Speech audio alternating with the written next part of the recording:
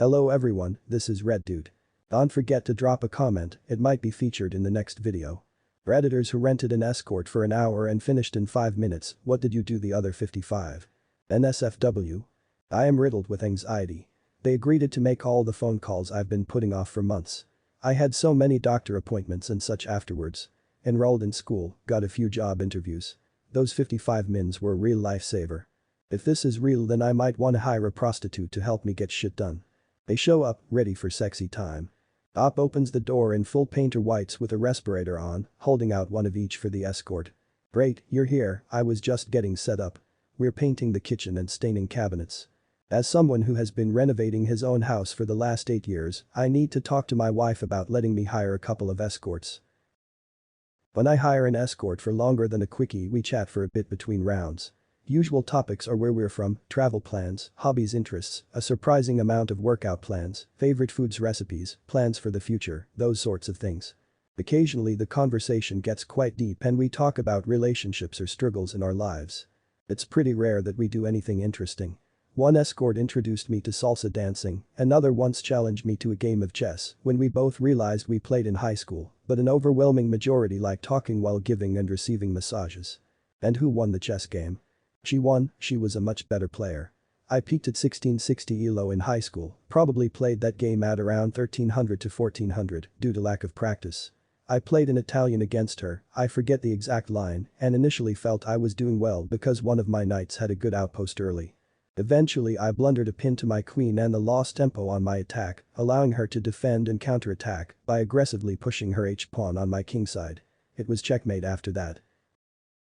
I was a gay male escort for a little bit and they would just ask if I could clean the place up a bit and they would pay me extra for cleaning and my time and I usually do a pretty damn good job that they wanted to fire their crappy maid and pay me to come clean on the regular instead. So I went from being a sex worker to being a professional maid service business. So the opposite of how it works in porn. Did you wear anything particular while cleaning? Yay. They'd ask I'd do it nude or in a jockstrap or whatever they wanted me to wear. I got one for 2 hours, going through a rough patch and heartbroken. I was planning on ending my life the next day and just wanted to be touched one last time. I ended up standing there naked in front of her and ugly crying. She grabbed my head and hugged me deeply. We had a great conversation for the 2 hours and not having any sex. She doesn't know it, but she literally saved my life that day. When I contacted her I explained that I would be way less than an hour, but would happily pay her for 2 hours just to cover the service plus any embarrassment. I am fortunate work-wise and had been without sex for around 10 months and was off all previous SNRIs and SSRIs, so knew the Challenger would blow super fast after takeoff, just needed it really fucking bad. She found my honesty super appealing and stayed around to hang out all night afterwards in the hotel room. She was homeless at the time and so appreciated the shower, spare bed, heating, etc. To this day we still hang out and I often drive her to first-time clients when she's feeling uncertain about how trustworthy they might be. We don't have any feelings of love towards each other, but we're close and we do understand the natural impulses of being human. I get my natural urges satisfied for free when needed. She has the security of knowing I'm outside, watching the clock, and just to shout away. Fortunately it's never quite come to me calling police or breaking in. But we both support each other. In our spare time we also like to go to the cinema or bowling and have even done indoor skydiving a few times. Not my story, but one of my ex on his 18th birthday, the legal age to drink around here, it's a big event usually, got a prostitute to lose his virginity and liked it.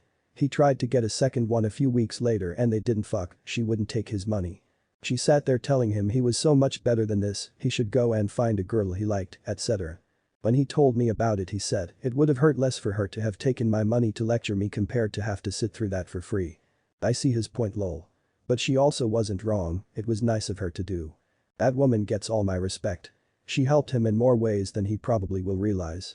I feel like it fell upon deaf ears, but that is not a responsibility. She did her best to sort him out and what a great soul to do this, rather than take his money. The whole time we were together, our sex life was shit. Addicted to porn, specifically sketchy hentai involving kid-like women, the famous excuse of they're 2000 years old just doesn't work for me, death grip, so he cold and feel shit, erectile dysfunction too. What got me was his lack of will to fix it.